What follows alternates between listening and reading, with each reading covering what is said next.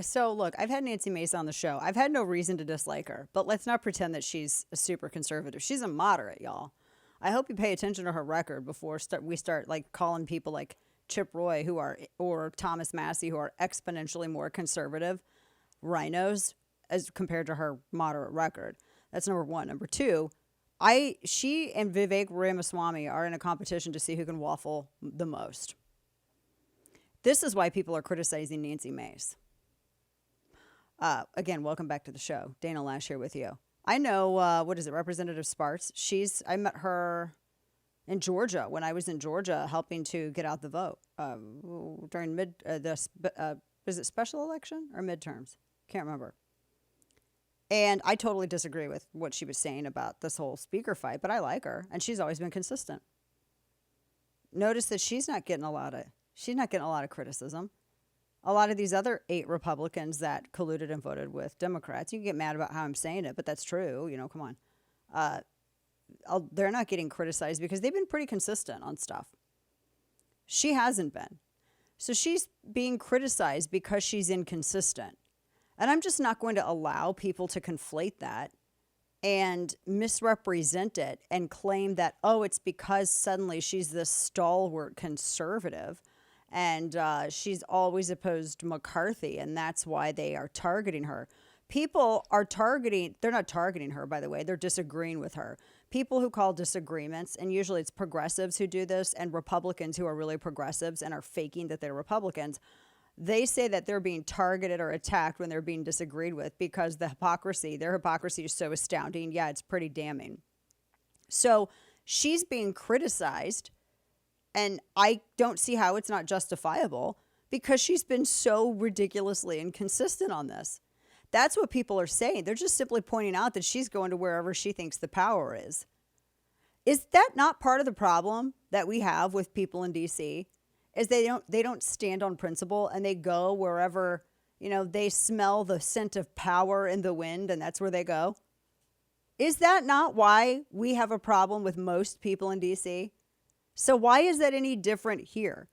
Because she did one thing that maybe affirmed one stance that someone has on this one instance? Because that sounds pretty weak. She's not a hardcore conservative. She never has been. And I know that she's kind of been, I think gun owners gave her, I was trying to remember what rating they gave her. I think it was like a 92% or something. They had revised it. And, she's better on guns than most Republicans. But I don't like when you say, we got to strengthen background checks and do all that stuff. And she's literally verbatim. I have the press release that she has that's still up on her official House site where she used that phrase. So I kind of bristle when I hear stuff like that. She's been pretty moderate on abortion. She had a very difficult time defending her stance on The View. And I just, that is what it is.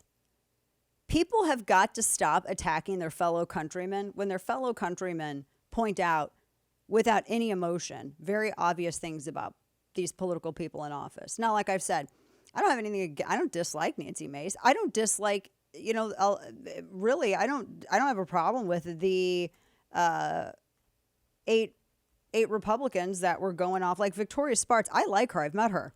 She's a firebrand. I don't have anything bad to say about her. She was hardcore. She was one of the 8.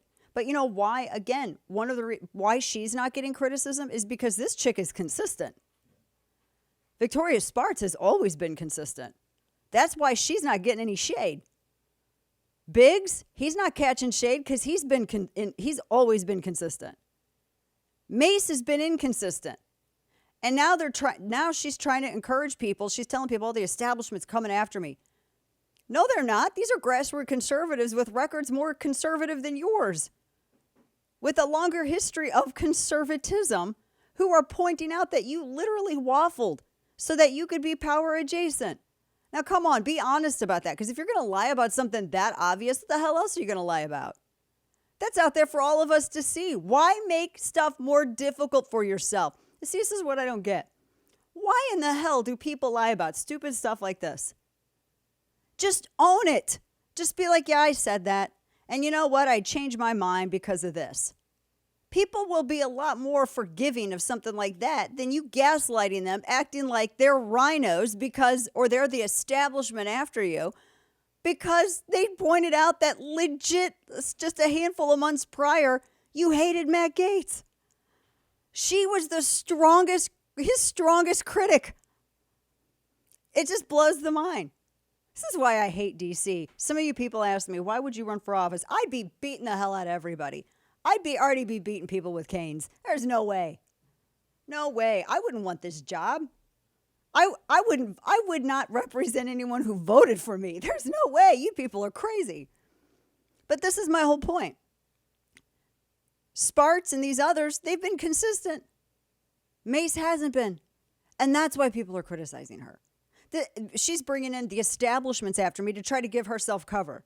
She's using that as a dog whistle. You know what I hate? I hate it when progressives call everything racist, and I don't like it when two-faced politicians call everything establishment or rhino. It is the same damn thing, just a different variable. Especially when they use those accusations against people like Chip Roy or Thomas Massey. Now, I had Chip Roy on this program yesterday, and I asked him everything. If you did not watch that interview, you need to go back on YouTube or Facebook, and you need to watch it. And I don't mean to be, I do mean to be bossy. I see people, I had a friend of mine who was going off about Roy, and I said, before you open your mouth, you might want to shut up for a second. Actually, listen to what the man's got to say here before you go misrepresenting his positions like some damn communist. That's what the commies do. I don't aim to try to be different from commies by adopting their commie behavior. That's just me. Like, if you're going to adopt their commie behavior, hell, when are you going to stop? You can go for confiscating all our wealth, too? Going to go for taking the guns? Like, when does it stop? So, he addressed the whole thing with the appropriations bills. Because remember, and I'm not defending McCarthy. I'm defending good people like Massey and Roy who have super conservative records, and they're getting called rhinos because they're saying, wait a minute, this is actually what happened. And he talked about the whole myth of Ukraine funding in there. He addressed all of that. And I highly encourage you to go and watch that interview if you hadn't. But throwing out things like, oh, the establishment's after me, that's a dog whistle to try to obfuscate what you actually did. You're trying to hide what you did. You're muddying the water here. And you're using that as a shield against people who are raising legitimate questions. Like, what made you change? That's always been my big issue, for instance, with Ramaswamy.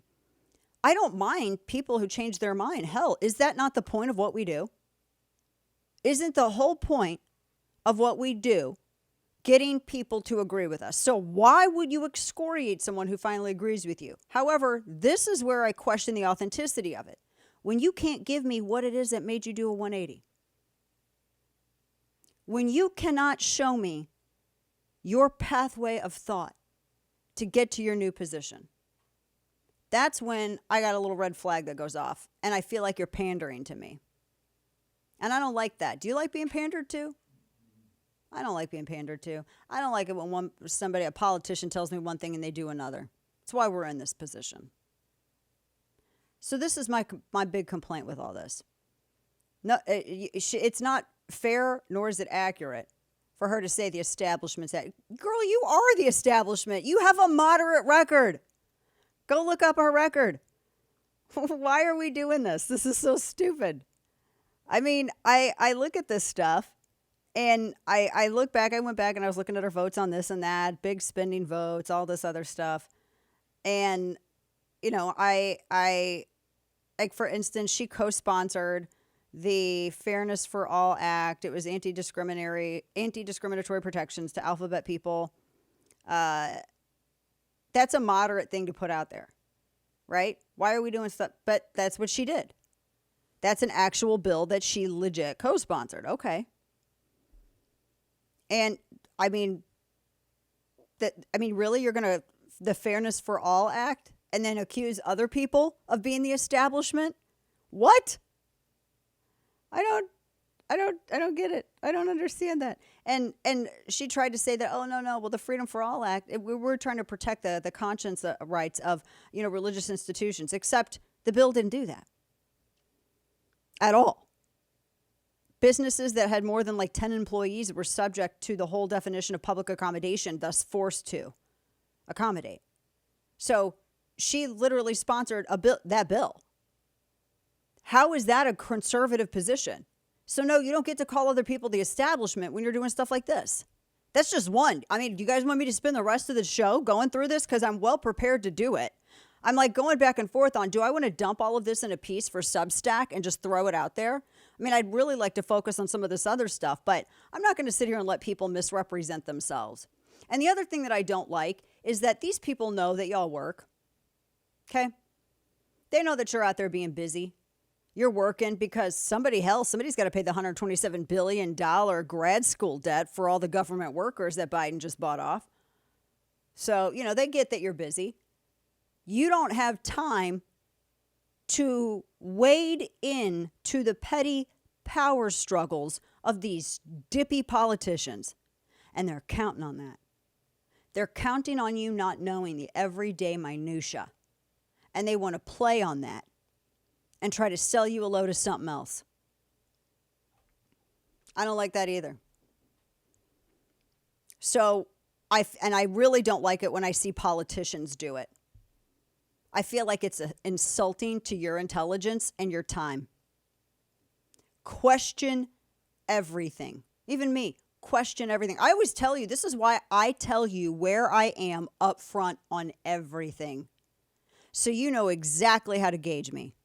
The candidates I like, the issues I like. Everyone else out there tries to sell you a line of BS. This is exactly why I come out of the gate and I tell you where I am. I'm paid to have opinions, so it'd be stupid if I didn't. But some of these people out there need to respect their voters and their audiences a little bit more and be honest with y'all.